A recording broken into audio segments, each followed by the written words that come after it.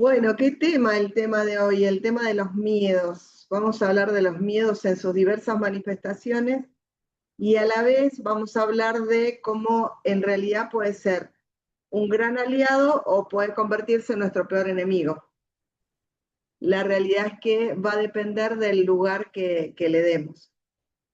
En realidad, si nos ponemos a pensar, los miedos o el miedo como emocionalidad ha sido una de las más antiguas y necesarias a lo largo de la historia de los seres humanos.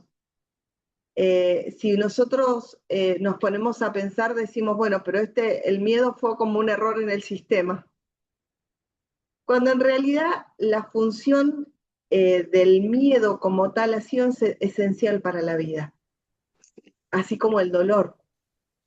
Si no existiera el dolor, imagínense cuánto peligro correría nuestra propia vida si no existiera el dolor, si no sintiéramos dolor.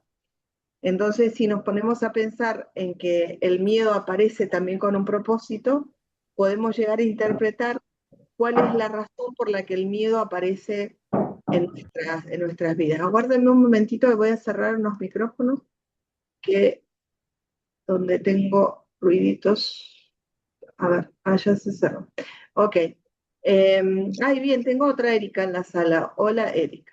Bien, decíamos entonces de que cuando hablamos de los miedos es importante que tengamos en cuenta algunos conceptos que, de los que siempre vamos a hablar cuando hablamos en PNL de cualquiera de las emociones que nos embargan. Recuerden que para nosotros no existen emociones malas o emociones que son dañinas. Si aparecen dentro de esta preciosa caja que llamamos cuerpo, aparecen con un propósito, aparecen para algo. O sea que no son ni buenas ni malas, son emociones. Y si no son del todo agradables, en realidad podríamos englobarlas en emociones para la acción, ¿sí?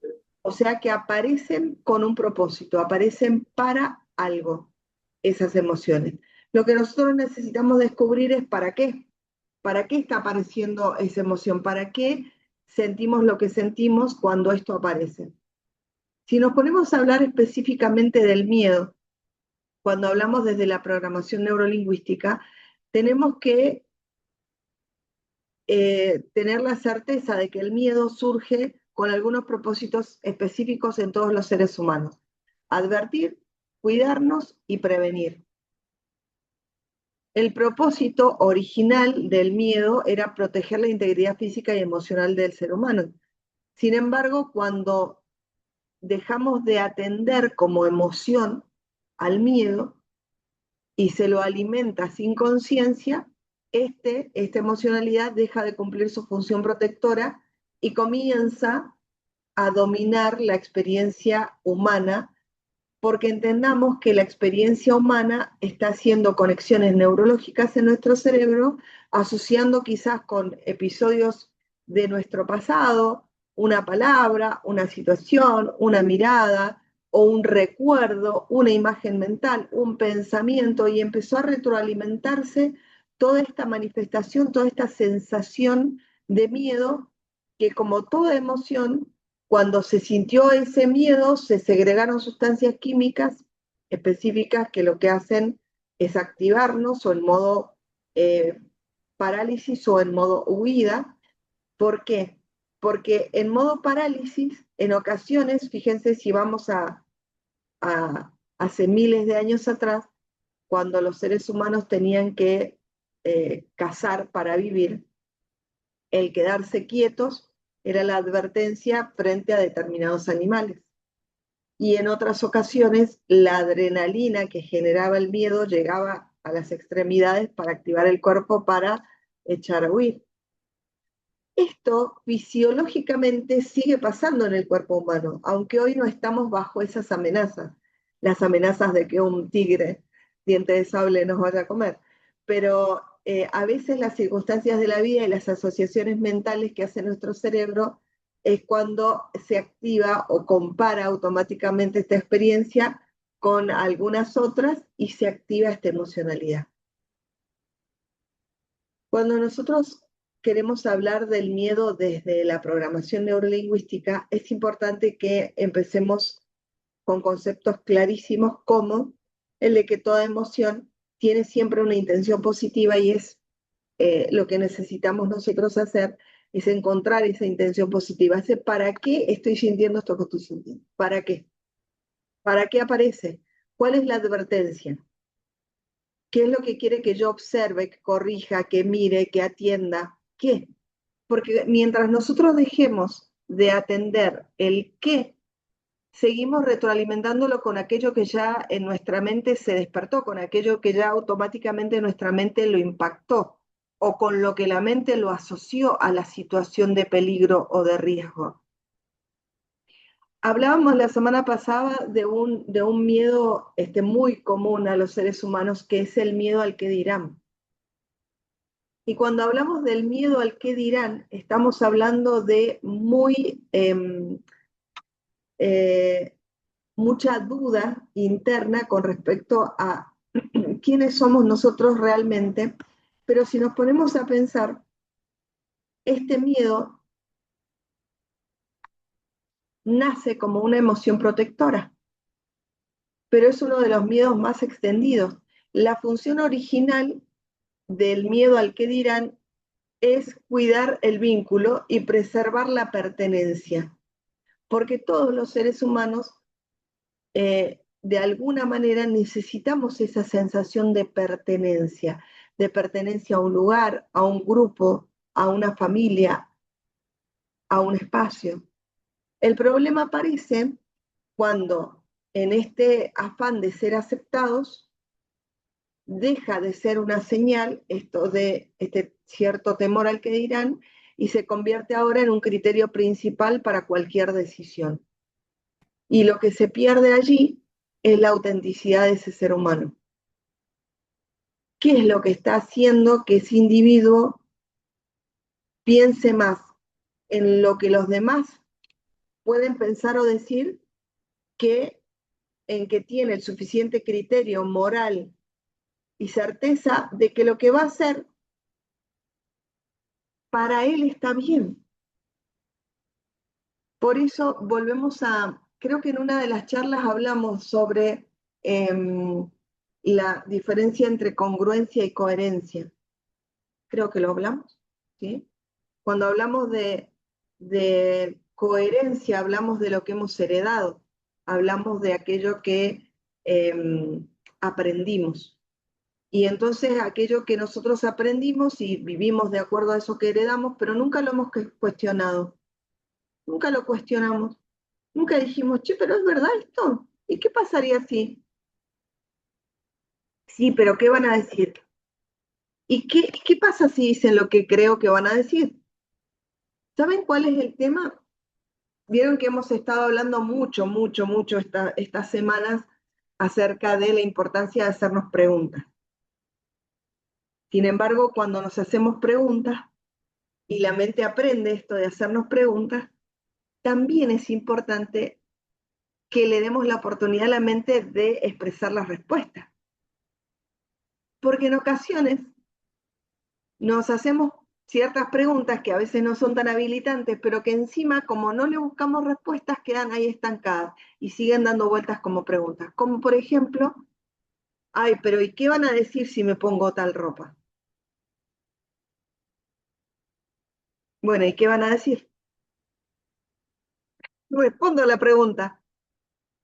Y cuando respondo a esa pregunta digo, ¿y qué hay de verdad en eso? ¿Soy realmente lo que ellos están pensando, lo que ellos pudieran llegar a pensar? ¿Cuántas posibilidades hay de que lo digan o que no? Y cuando lo estén diciendo, ¿están hablando de ellos o están hablando de mí? ¿Están realmente hablando de mí o están hablando de sus propios prejuicios? Muchas veces dejamos de responder estas preguntas y nos quedamos ahí patinando o dando vueltas sobre ciertas situaciones. ¿Qué van a decir? ¿Qué van a decir? ¿Qué van a decir de esto específicamente? Bueno, me lo pregunto y le tengo que encontrar la respuesta. Y van a decir que soy una desubicada, van a decir que soy esto, van a decir aquello, van a decir, ok. Y ¿Y cuál es el problema que lo digan? ¿A quién le pertenece lo que están diciendo? ¿Y es verdad? Y si es verdad, ¿qué es lo que me preocupa? Y si no lo es, porque yo sé que no lo es, ¿qué me preocupa? Es su problema, no el mío. El tema pasa porque dejamos de hacernos las preguntas, ¿vieron? Y en realidad, en esto de que el miedo al que dirán eh, se activa como modo de pertenencia, de preservar la pertenencia o preservar los vínculos, lo que por ahí necesitaríamos revisar es si el concepto de una persona que yo aprecio, que yo quiero, cambiaría por determinado detalle. ¿Realmente esa persona me conoce? ¿Realmente esa persona la quiero tener entre mi círculo directo de amistades? Si piensa lo que piensa o si hizo lo que hice, si cuestiona mi moral o cuestiona mi esencia. Esas serían preguntas. ¿Vieron qué hermosas que son las preguntas? Pero es hermoso que le encontremos la respuesta también a esas preguntas. Es importantísimo que encontremos las respuestas, que les busquemos la respuesta, porque es la única manera en que podemos cuestionarlas y cuestionarnos. Porque nosotros decimos, y sí, pero ¿y qué van a decir? ¿O qué van a pensar? ¿Y qué van a pensar? ¿Qué van a pensar? Pon en palabras qué van a pensar. Y después de poner en palabras qué es lo que van a pensar, después de encontrar la respuesta a ese y qué van a pensar y qué van a decir, sigo cuestionando. ¿Y qué hay de verdad en eso? Si yo soy congruente con la persona que soy, si hablo de congruencia, hablo de que pienso, digo, siento y hago lo que soy, sin máscaras, sin dobles caras. Si soy auténtica y genuinamente yo, y sé que lo que hago está de acuerdo con mis principios, con mi moral, con mis valores, si yo sé absolutamente quién soy, ¿cuál es el problema? Pero necesito encontrarle la respuesta a las preguntas. Y muchas veces, ¿saben qué pasa cuando nos sacamos de encima el miedo al que dirán? Que la gente no dice nada, no piensa nada y no dice nada, porque son nuestros propios miedos los que gritan más fuerte y terminan atrayendo a nosotros muchas veces aquello a lo que más le tememos. Y a veces, ¿saben qué es importante tener en cuenta también como aprendizaje de la vida en esta preciosa escuela? De que muchas veces si nuestro miedo al que dirán es demasiado fuerte, nuestro ruido interior es demasiado fuerte, debería hacerme una pregunta de introspección amorosa. ¿Cuántas veces yo juzgo a los demás por lo que hacen, por cómo visten, porque quizás lo que estoy viendo en los otros en realidad es una práctica que tengo yo, una mala costumbre que tengo yo, una dañina costumbre que tengo yo, y que quizás soy yo quien está permanentemente opinando del otro, de lo que hace, de cómo se vistió, de cómo habló, de cómo se fue, de cómo vino, de con quién, de dónde, con cuándo. Si esa es mi costumbre, entonces por eso lo temo. Temo que lo hagan conmigo, porque yo estoy acostumbrado a hacerlo con los demás.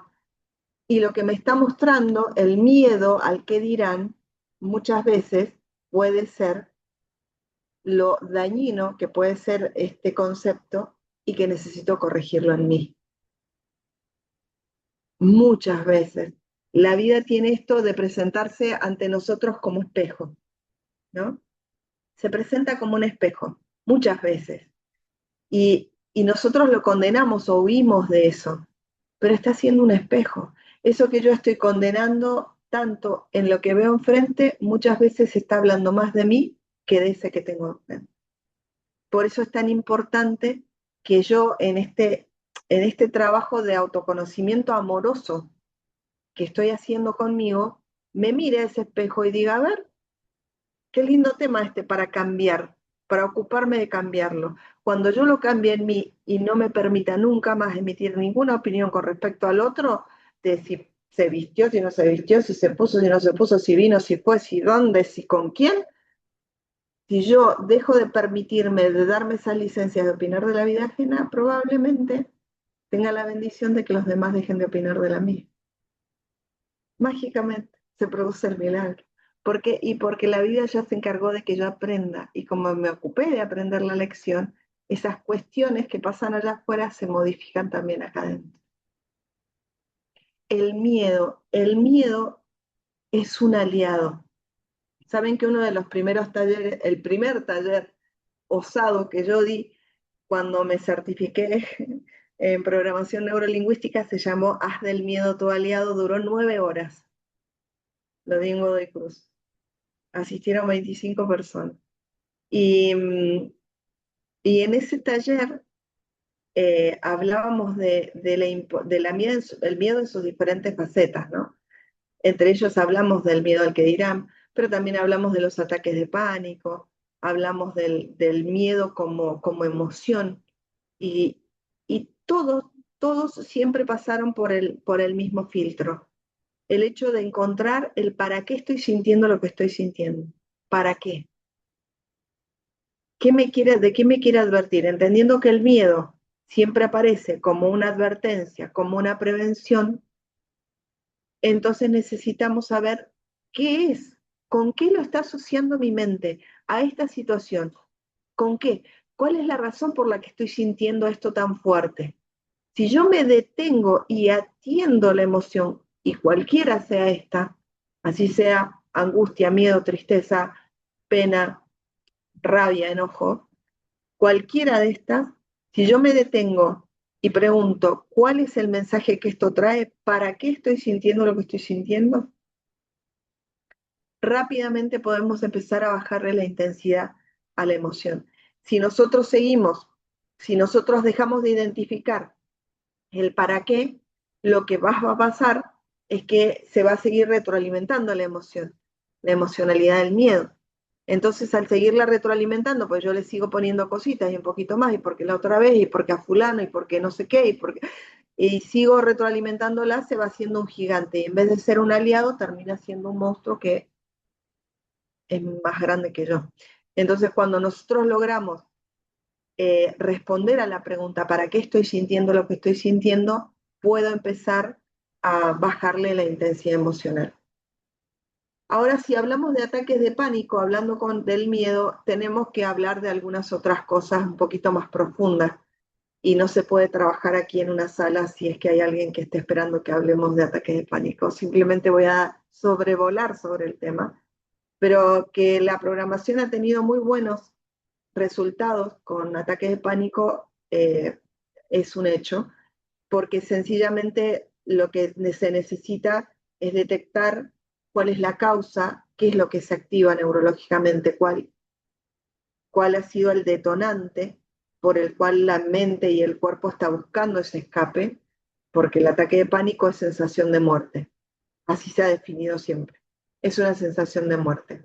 Y esa sensación de muerte solamente se activa como una vía de escape.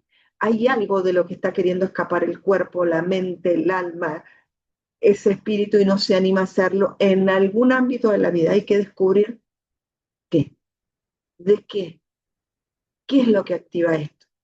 Puede ser de algo que tiene que ver con este presente, o puede que tenga que ver con algo de la infancia. Hay algo que detona, que activa un ataque de pánico.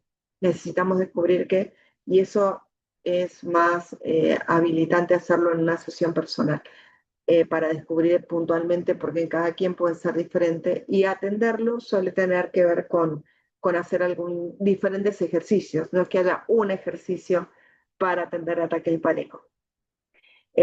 Pero bueno, sí puede lograrse muy buenos resultados, porque lo que hace es reprogramar o desconectar aquello que está haciendo que detone eh, la emocionalidad con esa intensidad, provocando esa sensación de muerte.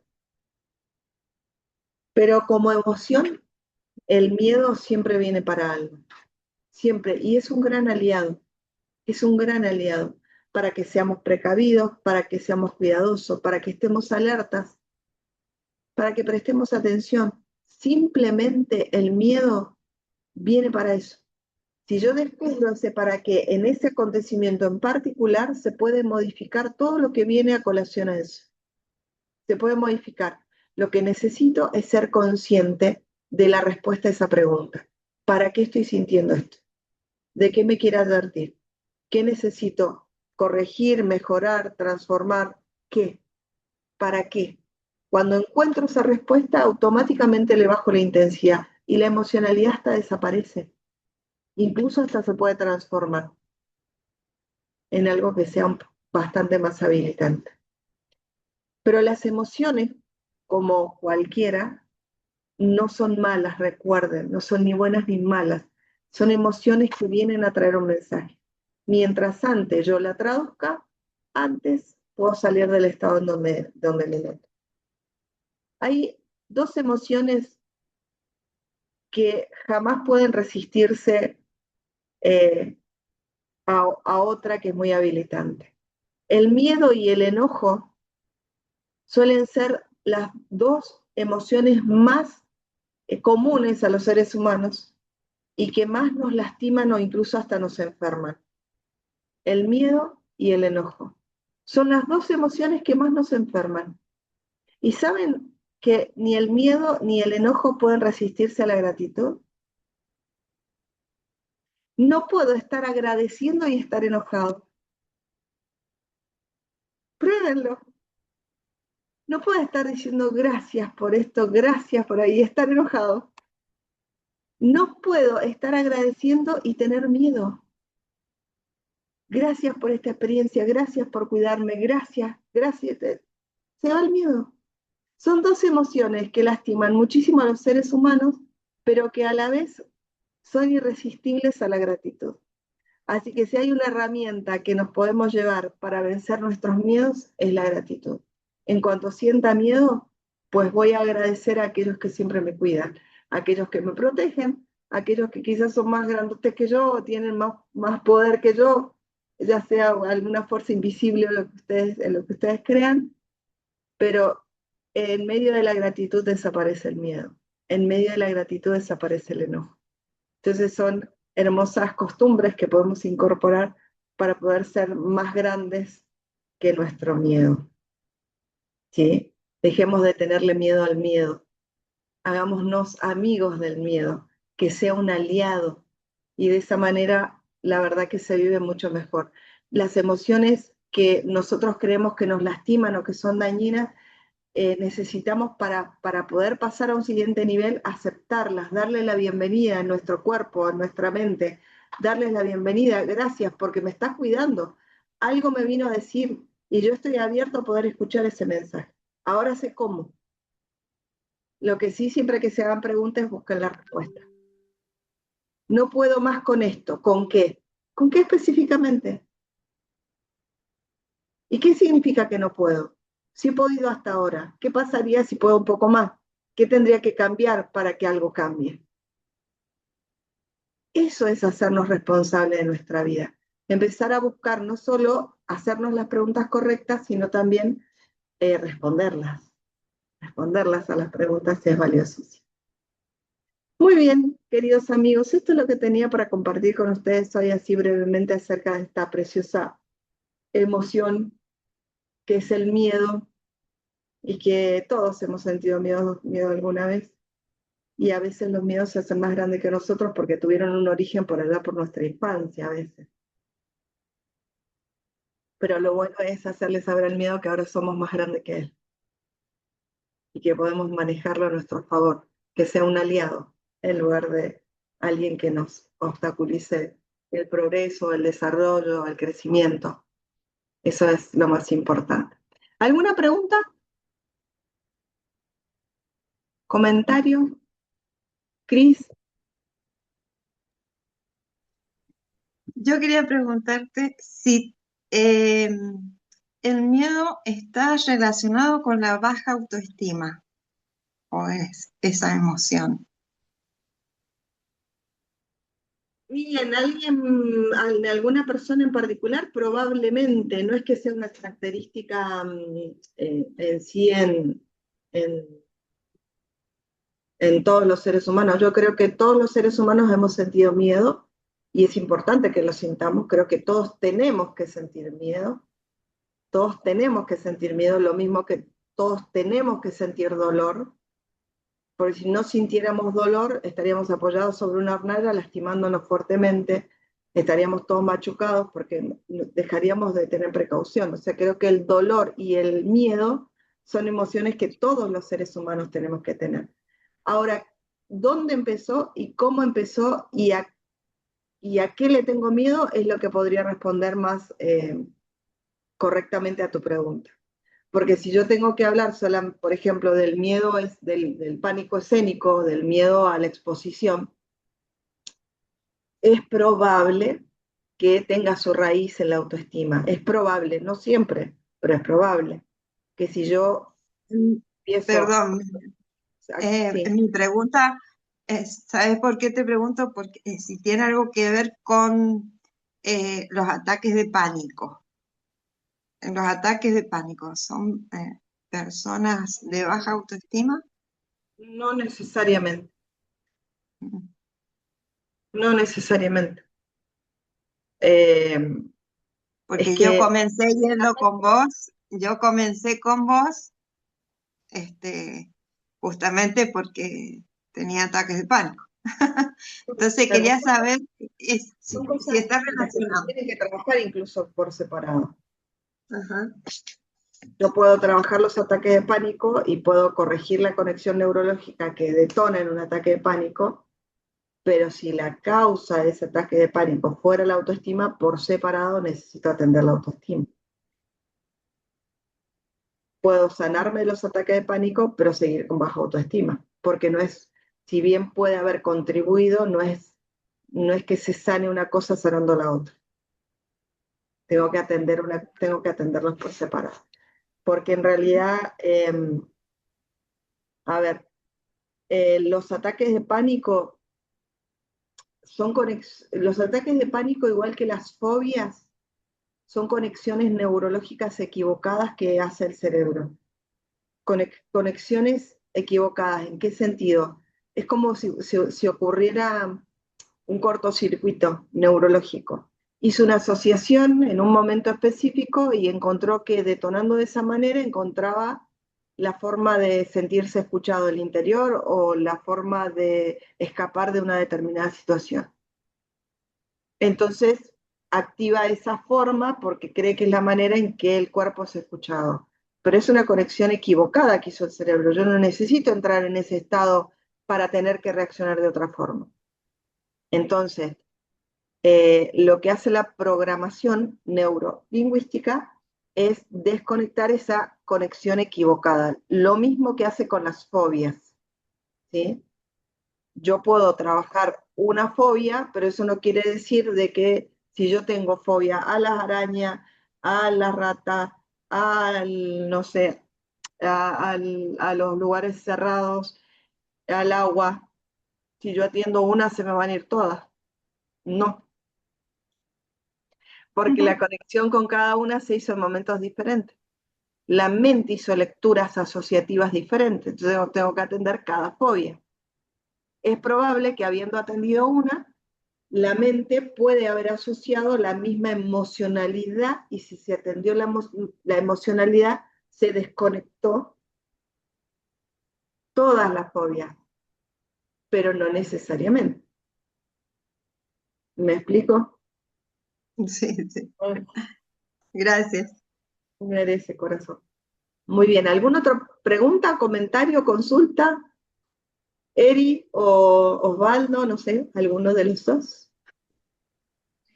Mira, Milka, cuando uno ve el deterioro natural que tienen las personas que amamos o hasta los animales domésticos que tenemos y que los amamos mucho, y uno empieza a tener un miedo de perderlos, un miedo que te Ujú. inquieta, lo podemos ver bien de todo, pero es un pensamiento recurrente, ese miedo, cuando no lo tenga, ¿qué voy a hacer? Y ya se está haciendo mayor y uno le ve el deterioro y qué preguntas nos hacemos y cómo podemos calmar eso. ¿Para qué estoy pensando en esto?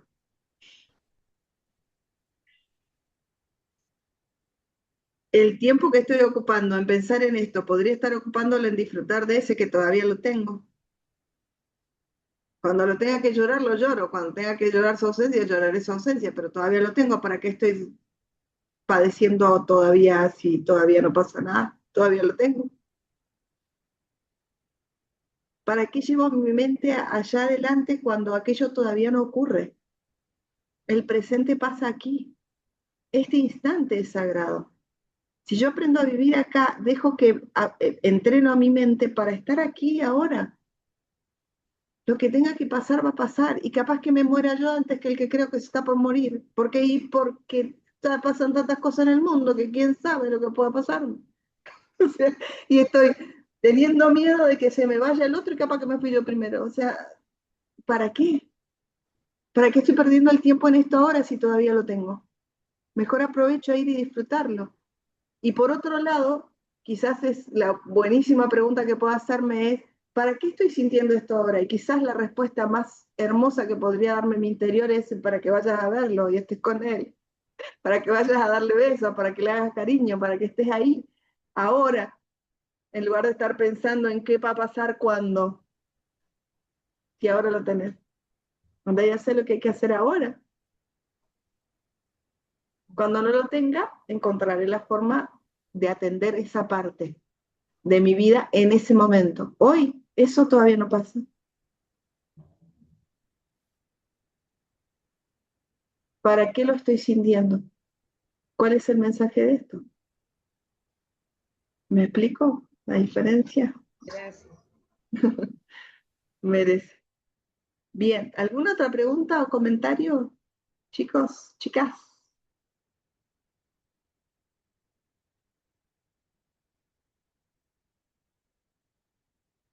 Pueden abrir micrófonos y preguntar, siempre, todos, sin excepción. Muy bien. Bueno, si no hay más preguntas ni comentarios, les cuento que ustedes habrán visto que lancé una promoción el domingo para los que quieran hacer el curso y que por ahí todavía no se han decidido. O quizás dicen, ay, pero es que no llego. Bueno, tiene una posibilidad más, que es que si quieren hacer el curso, me manden un videíto de 40 segundos donde me digan para qué lo quieren hacer, en qué creen que les va a ayudar y acceden inmediatamente a una beca del 30% de descuento, que da casi, bueno, una ganga, una sesión, el, el curso. Así que si quieren hacerlo al curso, la formación que empieza online la primera semana de marzo, o presencial en la Universidad Nacional de Cuyo, cualquiera de las dos, a cualquiera de las dos pueden asistir, tienen que elegir una, no pueden hacer una o la otra, o a veces esta y a veces aquella, no, porque son formatos distintos y si bien el contenido es parecido, o sea, es el mismo, son diferentes las dinámicas. La de la universidad la dictó solamente yo y la de online este año la compartiré con un par de colegas que me ayudarán en el dictado de la formación online. La presencial en la universidad sí solamente la dictó yo, pero pueden hacer cualquiera de las dos con la misma promoción. Así que si quieren hacer tanto la especialización para aquellos que ya se certificaron y que quizá quieren especializarse a hacer el segundo nivel, pueden hacerlo con este beneficio. También me tienen que mandar un video contándome cómo les ha servido la herramienta hasta ahora y para qué especializarse, que voy a ocupar obviamente sus videos, el que me lo envíen me da permiso para poder utilizarlo para promocionar y ver si logramos captar muchas más personas para que puedan formarse en esta preciosa herramienta. Así que están todos invitados a hacer eso y yo no puedo habilitar mi micrófono, pero que te quería preguntar cómo manejar el miedo a hacer el miedo. Ay, se me cortó, Gaby, tu mensaje, a ver, para que ya abra.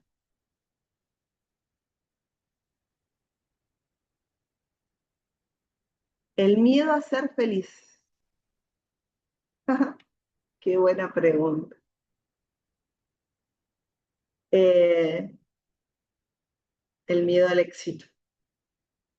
Ahí hay que atender, mañana vamos a hablar un poquito de esto, porque tiene que ver con el merecimiento y tiene que ver con la autoestima. Eso sí está directamente relacionado con eso. El miedo a ser feliz o el miedo al éxito tiene que ver directamente con el merecimiento, con sentirnos merecedores de. Eh, y eso, bueno, hay que sanarlo un poquito desde el inicio de nuestros días, pero a la vez somos hoy responsables de poder atender esa parte.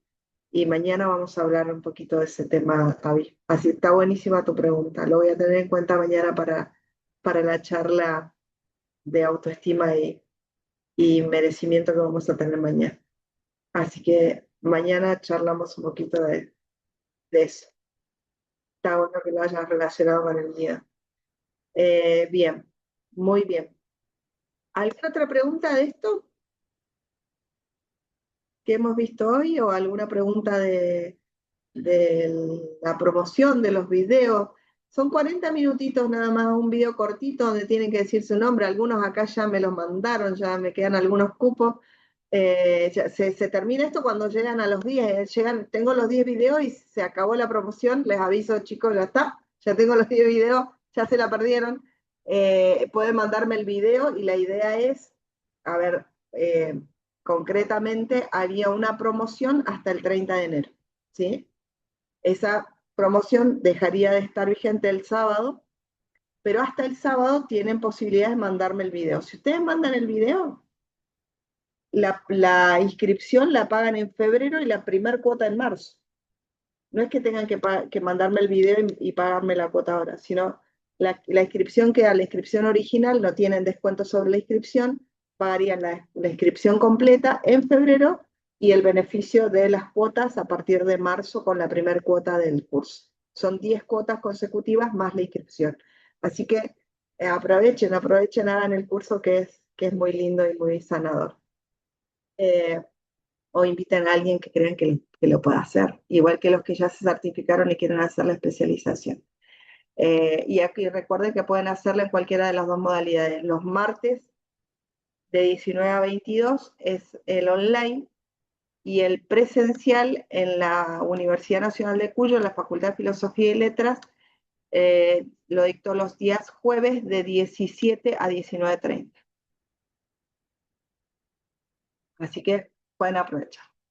Que estén muy bien, nos vemos mañana. Buenas noches, que descansen. Chau, chau.